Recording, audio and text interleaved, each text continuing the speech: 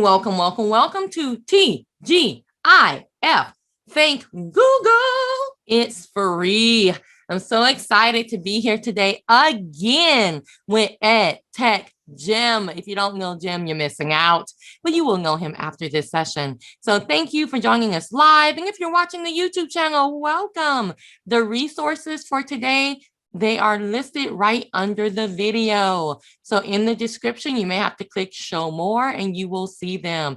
Everyone will get a certificate if you fill out the evaluation, but if you're not watching us live, I'm sorry, you don't get a certificate, but you do get the knowledge. So welcome.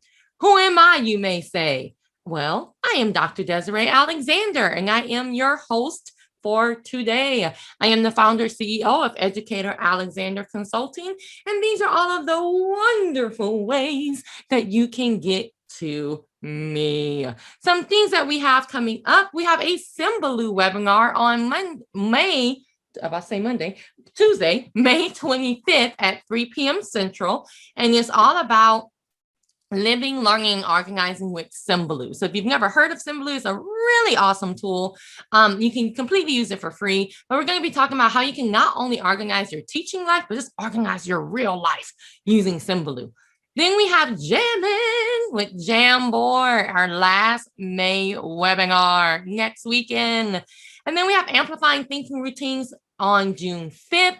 We have the Leadership Academy on June 7th. We're so excited about this one. This is going to be a really wonderful program about either becoming an educational leader or you're already an educational leader. So we're going to talk about equity. We're going to talk about culture. We're going to have a principal panel. We can come and ask real principals in the field questions. So amazing, amazing. Everyone is welcome if you're interested in educational leadership, and it's completely for free.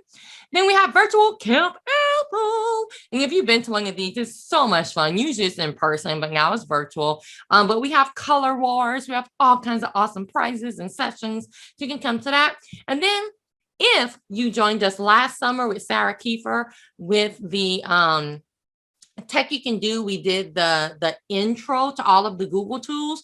Well, she's coming back, and you see these dates, you see the products, you know how much of a good time we had last summer. So she's coming all the way back to talk about leveling up our Google tools. We've all learned, we've done trial by fire. Now we're going to talk about how to level up and use them even better before we go into next school year.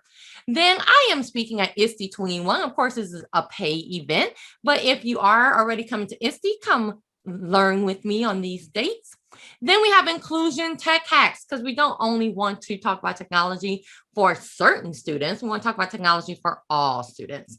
Then I'm going to be presenting at the Teach Tech conference, and you can use the code FRIENDS for a 20% off your registration. And you see I'm going to be there pretty much all day, every day, right? Love it. All kinds of good stuff.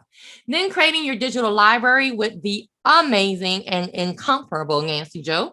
And then we're going to have Ed Change Global. Ed Change Global is coming back, the original 24-hour virtual conference. You can still sign up to present. So it's a 24-hour international conference. It's a great way to get your feet wet with presenting, try out that new session, or just do your old and wonderful session. So definitely sign up to present, but you can also just sign up to attend. And if you need to promote yourself or give away something, sign up to sponsor. And then we have financial literacy for educators. I keep saying I'm waiting for this. I feel like it never comes. I'm waiting for this. And then we have back to school with Bugsy. Rochelle came and did a presentation for us earlier, but she's going to come back to talk strictly about Bugsy. And then we have infusing digital reading and writing tools in whatever way that you teach. And that's going to be our last one so far for this year. I already have about 2 that I need to make flyers for right now. So more are coming. I'm going to be at TCCA. If you've never heard of TCCA, it is my favorite conference. I'm sorry to all other conferences, honestly, but it's such a big, it's like over 3,000 educators. It's such a big, small conference. It's a big conference that is super organized. It's just one day, and it has that small conference feel. And somebody emailed me and was like, hey, do you suggest it? And I was like, big old yes. And it's completely free. Like I strongly suggest, and hopefully we'll be in person again this year. They have national presenters. I mean, it's a great conference. So you've heard enough from me. I told you I don't take more than 10 minutes, right? So you've heard enough from me. So we are going to get started with TGIF. Thank Google, it's free. Glad to be with you today. I'm here in Fort Worth, Texas, in the outskirts. It's nice and cloudy and humid today, and I got back home last night from the Katy and the Houston area where it was humid and warmer. So it's great to be with you online today, and I'm excited about this topic with Google. If you're familiar with Google, they change without warning, and they change very quickly. So we've gone from a free to an enterprise to 4 different accounts. We're going to talk about that today. I want to give you lots and lots of links and resources. And I don't proclaim to be the only person with answers here. I love the concept that the answers in the room. So some of you may have more experience with very specific areas of Google than I do, and may be able to answer some questions as we have along the way. I'm working with a single screen, so Desiree will be monitoring the chat for me, and I've asked her to interrupt if there's something that's particularly applies to one feature or one tool that we're going through, and otherwise we'll pause from time to time. But please do ask your questions, as my main purpose is that there's something here that's practical for you, and that you have resources to go from here on. So hopefully you've been able to open the presentation, or at least access it.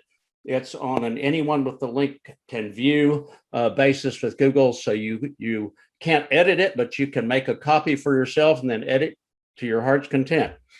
So we're glad to do that. And also, if you will, please, will you take just 2 or 3 minutes? It may not take that long, and complete this form survey. I'd just like to get an idea. We have showing about 40 people who are in our session today, and it'd be interesting to know in the past.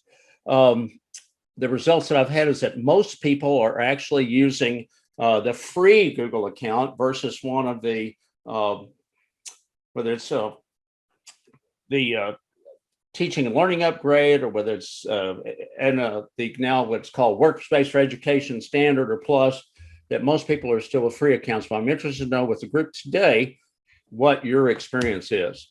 And while you're doing that, let me just mention that I was in education as a second career, public education for 16 years, and left at the end of the school year in the summer of 2019. And I've become a part-time contractor with NCCE, the Northwest Council for Computer Education, which is a national organization of teachers who are contracted to provide training for other teachers and administrators. And it's by teachers for teachers and by administrators for administrators. So the training is particularly applicable. And so if you haven't, you can go to ncc.org. There are some free online courses you can access, as well as paid courses. And if we're in your district, every person who comes either virtually or in person is highly qualified and matched with your particular district or training needs, versus just first come, first serve among contractors. So if you will consider that, and I hope you'll take a look at some of the coursework. I'm not here as a representative today of NCCE, but I do represent them from time to time. So our objectives today, we're going to talk about a basic understanding of various free and paid subscription levels. We're going to look at the robust free features and added paid functionalities. And of course, this is going to be more of an overview than it is any type of deep dive, because there's just not quite enough time to do that. But I want to provide links to resources so that you can get a lot more information and support for the future, and you can do your own deep dives and learn more about various parts of which you're particularly interested. So we'll look forward to that and move forward. Now, the subscription levels, we have Workspace for Education Fundamentals, which is a free account.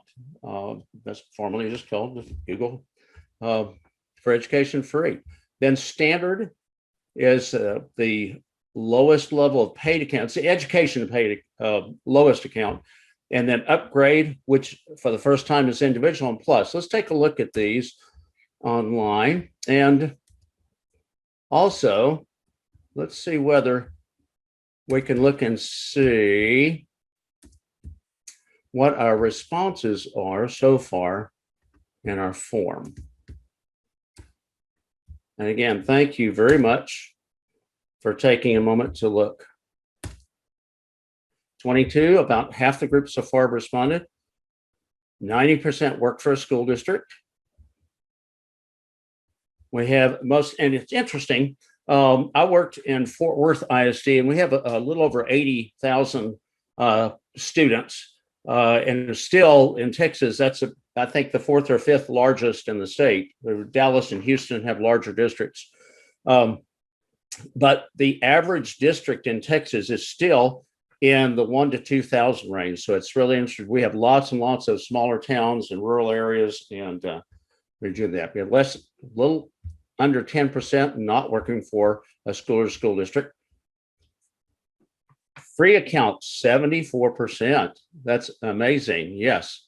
And we'll talk about that. There's an option if your district does not, or since your district does not provide a paid account.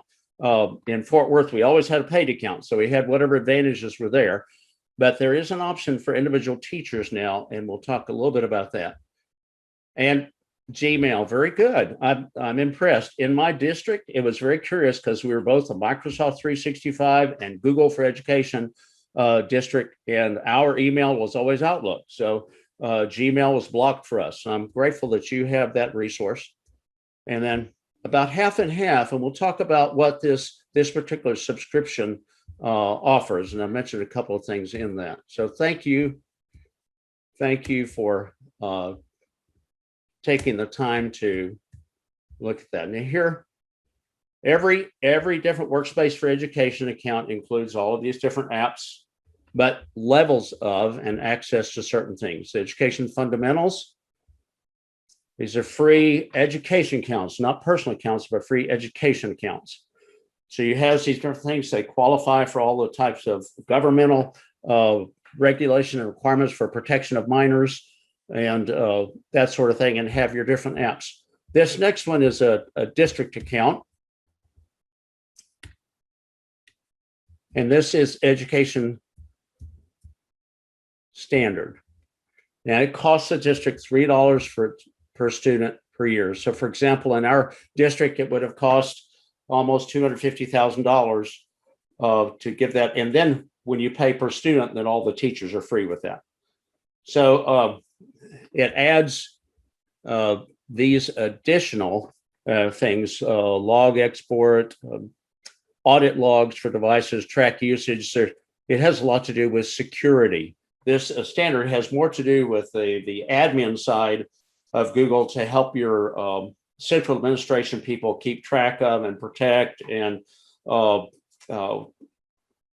catch abuse in the district. This next one is the very first time that Google has offered something for individual teachers. So if your district does not provide a paid subscription, this teaching and learning upgrade, and it doesn't affect the things that the standard does, that admin part, but if things for you, it's $4 a month or about $50 a year for a teacher. So then this covers your students. Now, it increases your meetings. If you have teams, I don't know that you would ever need this, but some middle school teachers have, close to 200 students, and you might be working across district or so forth, but it bumps up the capabilities of Google Meet. It includes question and answer, poll, breakout rooms, etc. And classroom add-ins are something that are being added during this year. And then unlimited originality reports.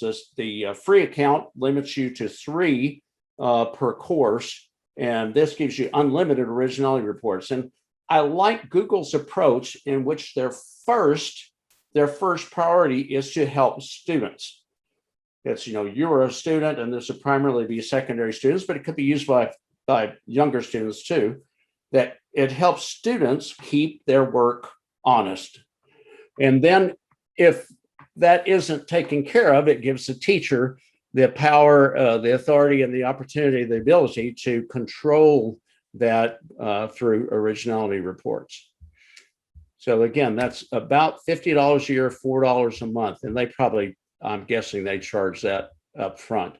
And then plus the instead of that basic one for $3 a year per student for the standard, this is now for the plus, this is $5 a year for district. So for our district, it could be $400,000. And for 1,000, for 1,000 student district, it'd be 5,000. So it's this now live streams. I don't know again whether that would be useful to you. Sync rosters directly to Classroom from any student information system. That might be handy. Rather than having students sign up for Google Classroom with a code or for you to add them manually.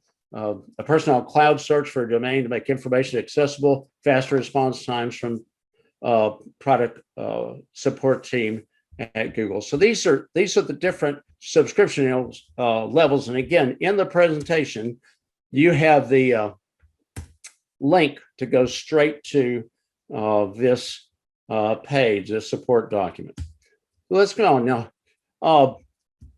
I don't know whether you ever have this happen, but we had this happen in our district a few years ago, in which our district connection to Google, there had been some updates or upgrades and changes, and we lost connection, in fact, for about 3 weeks.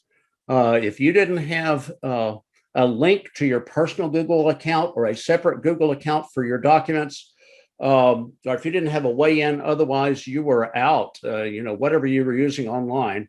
And this was pre-COVID, so the people typically were not quite as dependent on online resources, but it was pretty devastating.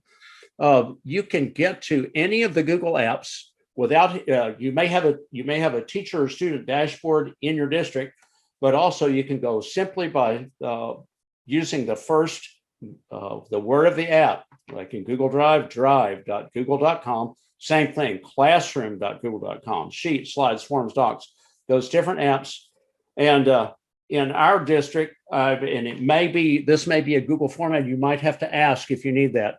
But ours was first.last at teachers.whatever the district is.org, and students would have S and their student number at students, plural, .district.org. So you're able to get into your education account regardless of the link from your district, because your account, while it's a part of your district access, is not only accessible through the district. So that might be a help at some point in the future.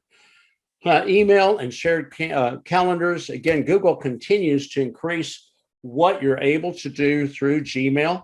And especially since 3/4 of you are using Gmail in your district, they're continuing to add, for example, adding Meet, right from adding, of course, when you set up an appointment or you set up a calendar event, adding people from your district very easily by putting them in. You can also set up appointments not in personal accounts, but in education accounts. You can set up appointment slots. And I'm trying to remember whether that's available in the education free account. I believe it is, but I know it's available in any of the paid accounts that you can, without having to use a separate extension, like we used to use Choice Eliminator 1, Choice Eliminator 2, and now it's just built into your calendar with Gmail. If you want to set up a calendar date, you can automatically get, you can automatically set up appointments, say for parent-teacher conferences or staff meetings or whatever. You can also get that kind of thing. But anyway, this is a link to the Gmail support and shared calendars. You can create as many calendars as you want to. You can share them. One thing that I like is that it will likely warn you, but you're able to share outside your domain. And that can be, I believe, turned on and off at the central admin level. So if you find you can't do that, that would probably be a request from your admin, and they may, they'll say either yes or no. But if you need to share outside, because you may be, consulting with someone outside the district, maybe a guest who's going to be presenting or whatever, if you want to share events and appointments and so forth. So that's something that shared calendars are great. My wife and I use these to keep up with each other because when I was using Outlook, I could just basically send her a screenshot as opposed to have actual things in which both of us could edit and enter. Collaboration, one of the very early things in Google has been collaboration. And if you look at collaborative classrooms, one of the big things that we're wanting to do is develop an attitude and a skill among our students, not just for individual work, which of course they're faced with during state testing, but group project kind of work that helps them build strong team skills, because so much of the world now operates around teams. So we want to be able to work in that environment so they are developing those skills. Collaborative classrooms, student progress, and diving by country. So you can learn more at the Teacher Center. And we're going to talk about Teacher Center a little bit later, but there are some absolutely wonderful free materials available through the Teacher Center, and also for the tech toolkit for parents and guardians, which is great, which is actually for teachers to use with parents and guardians, a great resource there. So again, this is collaborative classrooms in the various apps of Google. I believe it's still limited to 50 at a time to collaborate on a document. I heard of someone who was using another app and was trying to have 100 or more in one document, which was a slide presentation. I thought, oh my gosh, 100 students, these are middle schoolers, in one slide presentation might be, another term for that might be a disaster, but regardless, that's a lot of people. So I believe Google has a limit of 50. And this, I'm just poking this in here. This is not Google, but in NCCE, we had a presentation from the organizer of Math Whiteboard. And since Jamboard is so popular, here is an alternative specifically for math. So let me just show you this site. This is Math Whiteboard, in which algorithms are built into the whiteboard. I'm not going to do a demo at this point, but it's free. There's no login and no subscription. This is just a site. And you use this site when you put anything from addition to graphing calculations. It will perform that. And again, it's free. This is absolutely free. I don't know what's going to happen in the future. Whether I would assume that there will become a subscription, but at this point, teachers and students, it's absolutely free.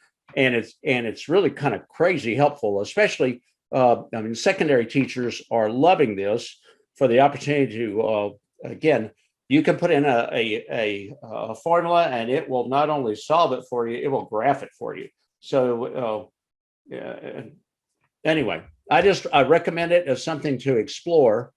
You might use it just for your lesson plans, I'm sure. But anyway, that would be one way to approach it. That's a collaboration, great opportunities. Now, Drive, one thing that's been affected as Google has transitioned to these subscriptions is the amount of storage that you have. In former Google, in the school account, you had unlimited storage.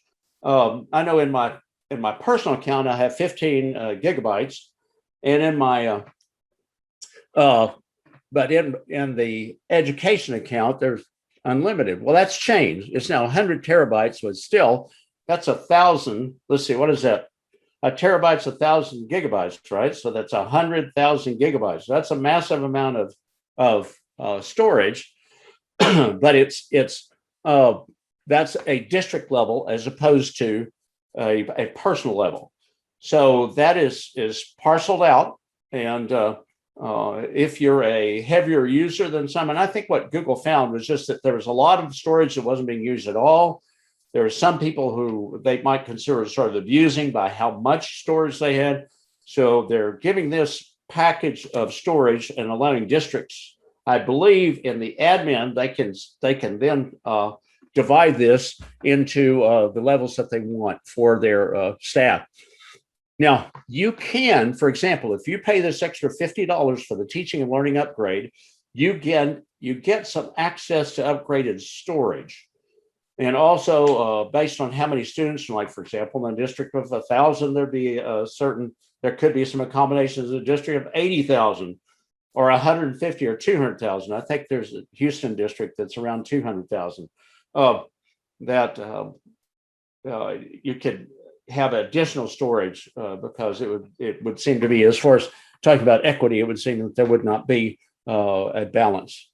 But I was reminded of a funny story that all-you-can-eat buffet that a college mom was coming to freshman orientation at a campus, and she noticed they were sharing information about dorm eating tickets, meal tickets, and some are like every meal every day, and some were so many meals a week or just weekdays, not weekends, or so forth.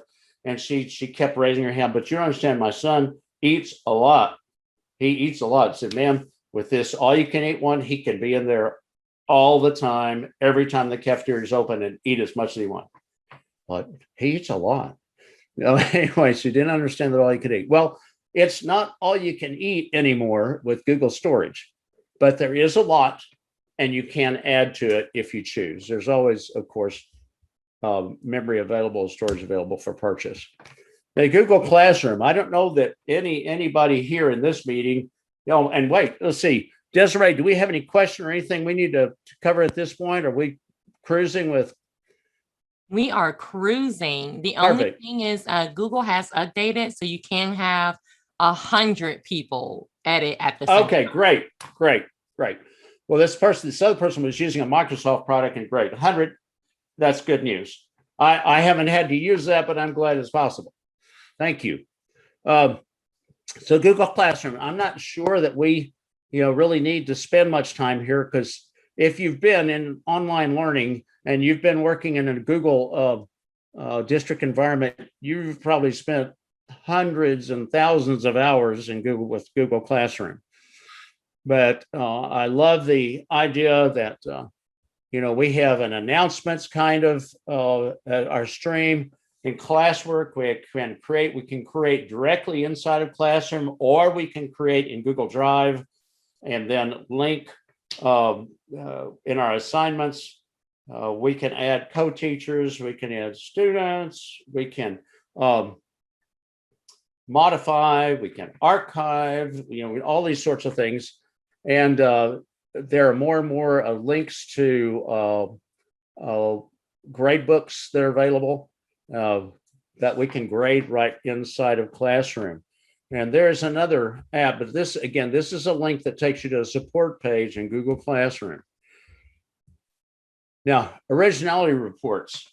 And enterprise, I'm sorry, that's still the old term, but works for us for education. If you're in the fundamentals, you have three originality reports per course. And of course, if you archive and recopy and start over, you've got another 3. And then student to student detection is added under the page subscription. So if you go to originality reports, this is going to give you more information about here's missing citations. I love that Google environment allows you to format in various environments. If you're writing a term paper, if you're doing your graduate work, and you have online documents to create that get quick, appropriate citations based on the format that your educational institution requires. And again, also that the first priority with Google is that that students have the opportunity to get their work right before teacher intervention. And I really do like that approach. It's not a gotcha up front. It's a let us help you get this right. I had a friend whose son in a neighboring district went on scholastic probation his very first semester for plagiarism. And I wanted to go, really fuss at his teachers because he doesn't. In fact, his mom and he invested in a separate app to help protect that plagiarism for the future, so they could get back off scholastic probation. Now, Meet. Something is announced this week, Smart Campus. We'll get to you, and I don't have it yet, but it depends on the district connection, whether you're rapid release or we're standard release. But Meet, here we've got the 100 participants or 250, depending on your licensing. The switchable quick access, and we'll look at that. Recordings available just for a short time if you have the free account. But join request, manage bulk. Knox is really nice because you can keep your Meet shut down and then open it right at the time of your meeting, and then admit, just kind of open the floodgates and get everybody in just, a minute or so, and then lock it back down so that you don't have intrusions. Blurred background. I was sharing with Desiree before the session that I was coaching some students, some teachers in Virgin Islands last year. And I was monitoring a second grade class to assist a teacher with lesson plans and so forth. And here was a second grade student, not with a blurred background and not on mute. And her mom is in the background. She shows up in her underwear, sweeping the kitchen floor. And bless her heart, as we say in Texas, her mom was also using some inappropriate language, describing all of her inconveniences dealing with school and remote environment. So it was pretty uncomfortable, awkward situation. The blurred background is really helpful. Also for students who are just maybe a little embarrassed about their home looks.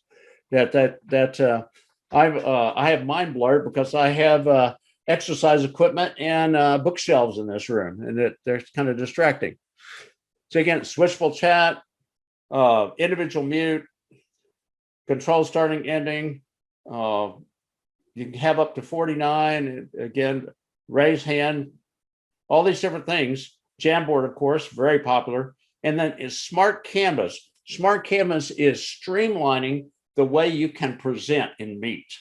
So if you have your Meet open, you can go to any document, and in that document, you can click Present in Meet, and it'll just present immediately. You don't have to open it up to share screen. You can just go directly to presenting in Meet, and it will share the screen in such a way that you see your presentation and you see participants.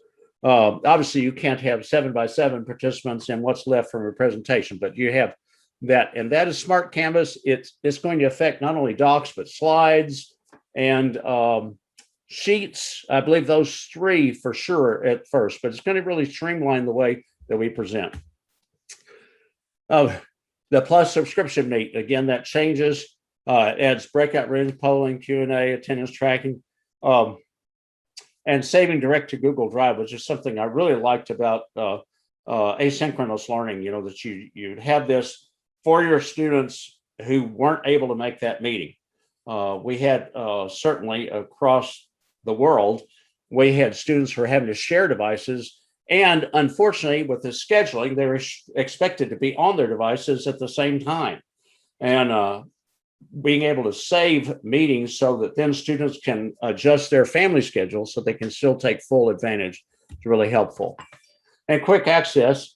In quick access, I recommend having it off at first, because here it lets everyone share the screen. If you leave that on, send chat messages. In general, I would have all that off, but you can turn on quick access to let everybody in just in bulk, just get everybody in, and then turn that back off so that you don't have somebody, I know we had a lot of issues with links being shared and so forth, and somebody being in who was not supposed to be in there. So again, this quick access will give you the latest. This is going to the support site. It will give you some of the latest information on what's happening with regard to this. And breakout room caveats. This came from a session that I attended this last year. Now, breakout rooms, if you're in a paid subscription environment and you have breakout rooms, or if you purchase that teaching learning upgrade, obviously, a paid subscription, You can't be everywhere at once. So under the current Meet environment, breakout rooms, you can't just put all the breakout rooms on the screen and just kind of click and watch, all of them going on. You have to go to that each room. And so again, they're not recorded. If you're recording a session and you go to a breakout room, if everybody goes to breakout rooms, then what's recorded is just kind of blank space during that time that students are in breakout rooms. So that would either require leaving it that way or editing, or saying you join back in at minute 26 or something. Chat's not saved. The chat messages you have to send individually in the groups in the rooms, and they could choose not to join or not to return, and they could save the link. So you want to make sure that things are closed out. You want to just be aware, because breakout rooms are great resources for working with students. If you have students with specific needs, your scaffolding, your differentiating, or even just students taking different topics. For example, maybe it's a project and groups of students are taking different aspects of this project. That gives them an opportunity to be there and participate in a small group environment. So it's great. You just have to think in terms of what's available. Now, assignments. When some people see the Google app assignments, that is separate from Classroom. This does not work with Classroom. Assignments works with LMSs. So Canvas, Schoology, Blackboard, Moodle, any LMS, and this is LTI. And I used to know what that means. It's learning transferability or something. Anyway, it has to be LTI 1.1. Your IT admins would obviously know what that is. But it allows you to have Google assignments, grading, creating and transferring back and forth through the assignments app as it is linked. And there are things, there's a key code and so forth. But once you link assignments to your LMS for your class, then you can do all this in Google format, and it goes directly into the LMS. So it's a very helpful thing. But again, it's not Classroom. If you're using Google Classroom, this does not apply to you. At Google Sites, I absolutely love Google Sites. Google Sites is something, and I've gone ahead and put a couple of things. Sites right here is if you want to create a new one, and you may, if you're keeping up with Google changes, Google Classic Sites is gone, and there are options to transfer over into or convert over, import into the new sites, but creation in Classic Sites is over, and Google's marching on. And this one, this is a portfolio presentation, excuse me, that I created, and you're welcome to explore that if you like. Got templates, banners, image carousels. In the past, this required, in sites, it required a slides presentation that you created, and then you embedded the slides creation in your Google site. Now, it's already built into Google Sites. Review, you can review if it looks like a phone, looks like a tablet, looks like a regular laptop. So that preview is really helpful. And then publishing. And one of the biggest things that's to be aware of is that Google defaults to a public environment. And you can request that it not be listed for search engines. But other than sharing, like you'd sharing a Google Doc or a Google Slides or, those sorts of things, other than that, it will publish it publicly. So if you want to keep it very private, you wouldn't publish it so much as you would share it, and share it with a view option and not an editing option. You can track version history. So it collects anything you create in Google Drive, you can include in it. And what's great is that it can start even with elementary. Typically, you would start a portfolio with a Google Slides presentation early and then work into sites. But you can carry this beyond school. With Google Take, you can then transfer your school account to personal account, and students can take that on to college. So some very helpful things. Teacher Center. Oh my goodness. Free resources for teacher training in all sorts of ways. Here are training courses, product guides. If you need help with any one of the basic Google products, certification, Educator level 1 and 2, those are certifications are available. There is a small fee for testing, and these Educator level 1, 2 are valid for 3 years. That the first one is really focused on basic skills with the various Google apps, and then Educator level 2 goes to the next level up with those same kinds of things. And I retested for level 2 this last in March, and it was rigorous. I had first tested in 2018, and it was much more rigorous and comprehensive to me in this year. Now, certified trainer program.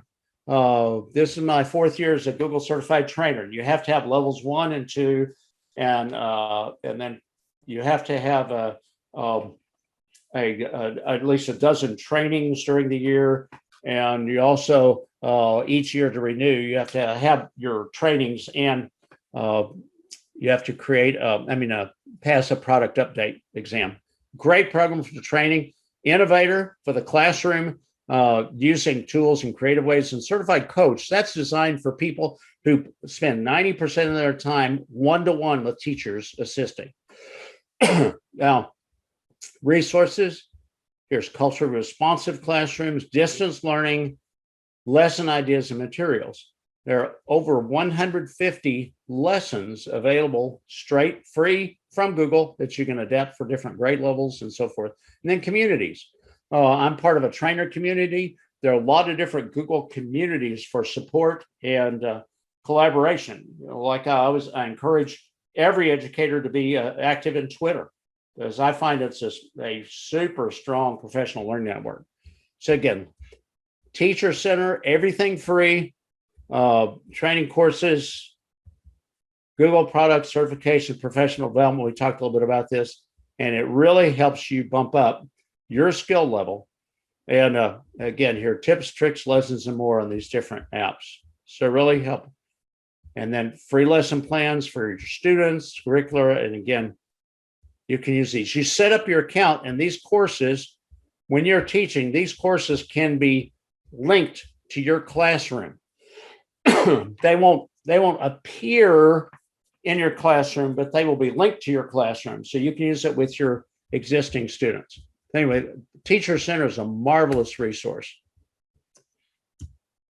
And now applied digital skills. In fact, just a week ago, I was in a Google session about applied digital skills. And this not just for students, not just to teach students digital skills, but for teachers to upgrade their skills, for adult learners. Say we've had a lot of employment turnover during the pandemic. We're here, applied digital skills for learners to help qualify for other jobs.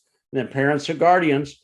Okay, what about this Google Docs? How are we supposed to use that? Or I'm trying to help my student with a Google Slides presentation. How does that work? Well, these different things will help students as they are working with their parents, help parents with their students.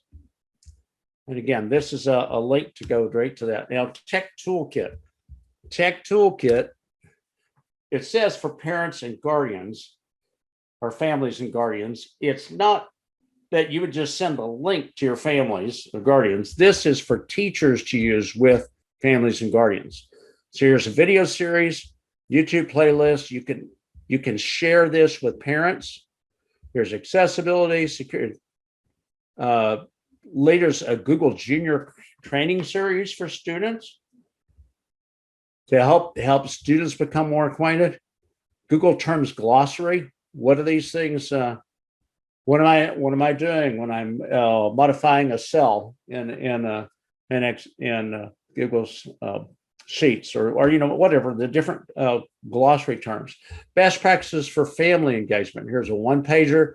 Stay engaged with their child's education. Build good habits. One of the big things in this remote learning environment is, oh my gosh, my kids are on the screen all day and half the night. So best practices. How is this? And then tech FAQs. The technology they're using and issues. Now, also notice down here, Google is even providing email templates for educators to use and communicating this.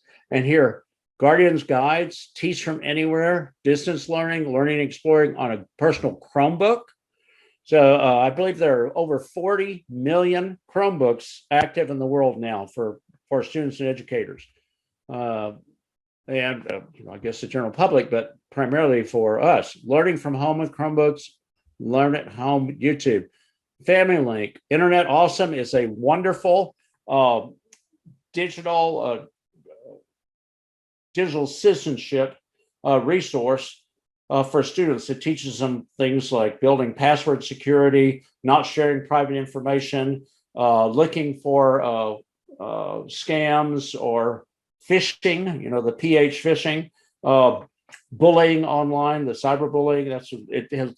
Here's Common Sense Media, which our district used for that sort of training, family online safety, and ClassTag, Remind, and Seesaw, which is a great portfolio tool especially for the littles. Can be used for anyone, but I've trained kindergarten classes and used it, and they take it just immediately. So today we talked about a basic understanding of various free and paid subscription levels. We talked about free features and things you can also get if you subscribe on your own, or if your district will subscribe for you, and the resources for more information and support. Now, there are a couple of things I wanted to add here, and then we'll be at the end of this, and if there are any questions or any other comments, I hope you do that. Google Chrome tab tricks.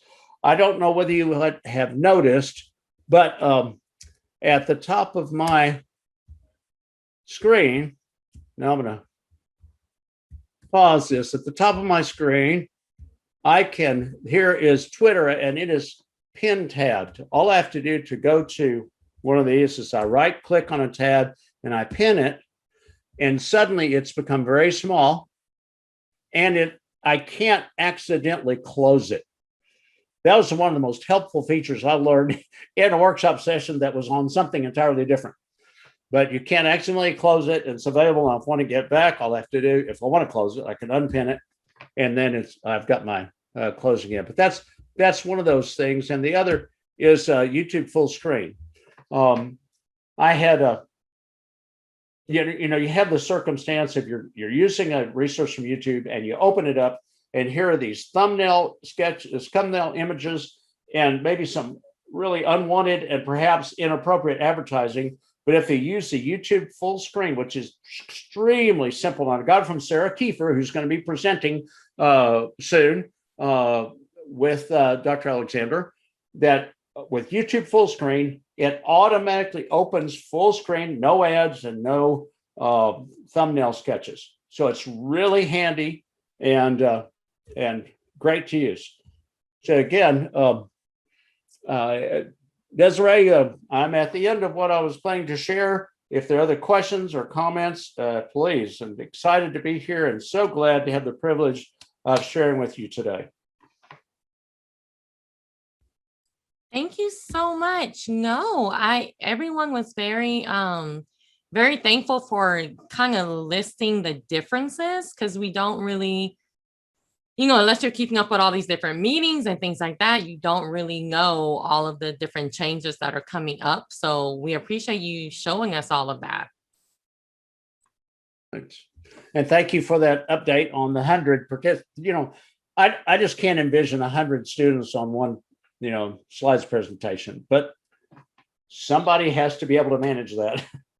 Right. I also cannot imagine that. I can't imagine 50, much less 100. But anyway. Right. And one of the free tools that I didn't know a lot about until I very, very recently went to a Google session for trainers and innovators was Google Arts and Culture. So I didn't know a lot about that. And Tammy Lynn did an amazing presentation. I was just like really to the point and showing how to use it and all the resources it has.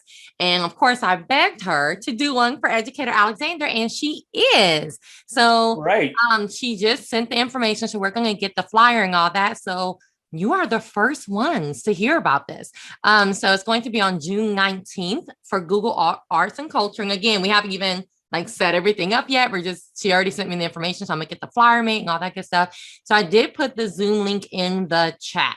So you're the first ones. If you click on the Zoom link, you'll even see like my logo isn't there yet. So you're getting it before it's even fancy. And those of you watching the video, I'll put the Zoom link for that webinar in the description. And it's just because it's brand new. So, sign up for all the webinars. But just because this one is brand new, it hasn't even been released yet. So y'all are getting the first look at that one for Google Arts and Culture. Well, Jen, and that is, I wouldn't want people to be misunderstanding the Google Art and Culture. It's not just for fine arts. No. Oh, it's one. I mean, there's art and music, but social studies. And when we talk about culturally sensitive classrooms, yes. The cultural resources that are there are just rich and very, very helpful to the classroom. It's amazing. Again, amazing what's available for free. Right. And if you are going to, if you are a Google Expeditions user, you know that Expeditions has gone bye-bye, but some of those like virtual tours and things like that will be on Google Arts and Culture. So you really want to get hip to Google Arts and Culture because it's about to grow and kind of blow up more and more and more. So I want to just kind of add that on to the amazing resources that you told us about, Jim. And I absolutely just want to thank you, Jim. You have brought joy to our EA webinar series. So thank you so much. My privilege. Thank you for the opportunity.